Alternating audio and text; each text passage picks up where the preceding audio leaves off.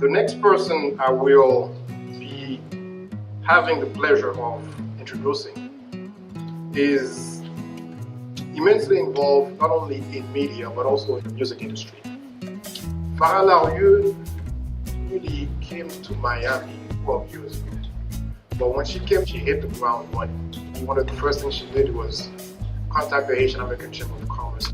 She is one of the most dynamic young ladies that I know. She challenged us, she helped us, and today she's the host of a very popular TV show on WPBT Channel 2 called Haiti Journal. She is my cousin and Farah Larieux. It gives me great pleasure to introduce you to everybody as the word of the beacon of hope and achievement. Good evening, everyone. Consul Général, je suis la Sécurité, and Vice Consul François, ladies and gentlemen, it's a pleasure for me and an honor to receive this award.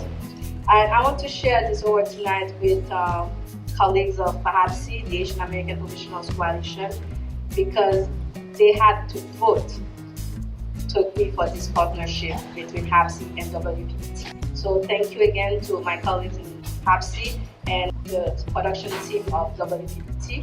I want to acknowledge the presence of the chairman of HAPSI, Monsieur Castor, and the chairman of the production committee, Major Gali Gilgel.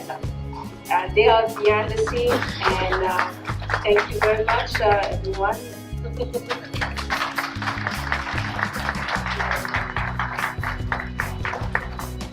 Haiti Journal is a multi-public affairs program covering current issues facing the Haitian American community in the U.S. and abroad, produced in partnership between WPBT2 and the Haitian American Professionals Coalition.